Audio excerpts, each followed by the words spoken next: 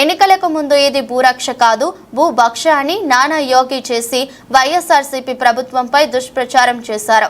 ఇప్పుడు మళ్లీ భూ రీసర్వే చేస్తున్నామని టీడీపీ కూటమి ప్రభుత్వం ప్రకటించి జగనన్న తీసుకొచ్చిన సంస్కరణలు మంచివే అని ఒప్పుకున్న చంద్రబాబు జగన్మోహన్ రెడ్డి ప్రభుత్వం దోచేస్తా ఉంది.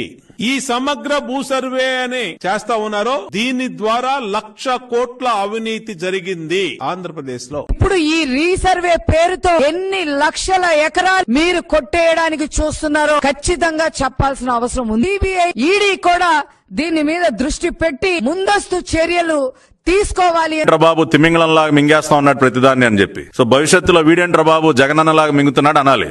ఆ తిమింగళం పేరు మార్చేసి ఆ ప్లేస్ లో జగనన్న గారి పేరు పెడితే బాగుంటుంది. భూరక్షణ చట్టం, అది భూరక్షణ చట్టం కాదు, భూభక్షణ చట్టం. రేపు రాబోయే రోజుల్లో ఈ చట్టం వస్తే తమ్ముళ్ళు ఇప్పుడే చూస్తున్న విషయాలు కూడా చెప్తాను. మీ ఆస్తులు వీళ్ళు కొట్టేస్తున్నారు. ఈ సర్వే లోపభూయిష్టం, దీని వల్ల లాభం లేదు. మీ భూమి నాదిగానో నా భూమి వేరే వాళ్ళదిగానో, లేకుంటే వాళ్ళకి అవసరమైతే 22A పెట్టి ప్రభుత్వ భూములు కొట్టేసే ప్రయత్నం చేస్తున్నారు. ఈ భూరక్షణ చట్టం సమాజానికి చేటు తీస్తుంది.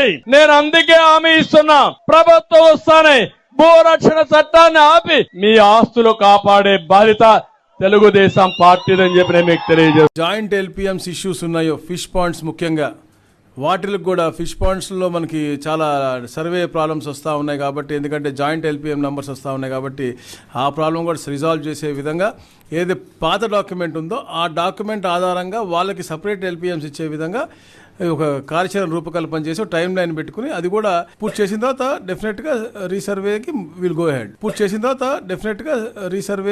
Will go ahead. Jaganmohan Reddy garu ప్రారంభించినటువంటి రీసర్వే లోపభూయిష్టమైందని, రైతులకు అన్యాయం జరుగుతుందని, భూ కబ్జాలు జరుగుతాయని పెద్ద ఎత్తున ప్రచారం చేశావు కదా, మరి ఎందుకు యూటర్న్ తీసుకున్నావు చెప్పగలవా? ఎందుకు మళ్ళా మాట మార్చావు?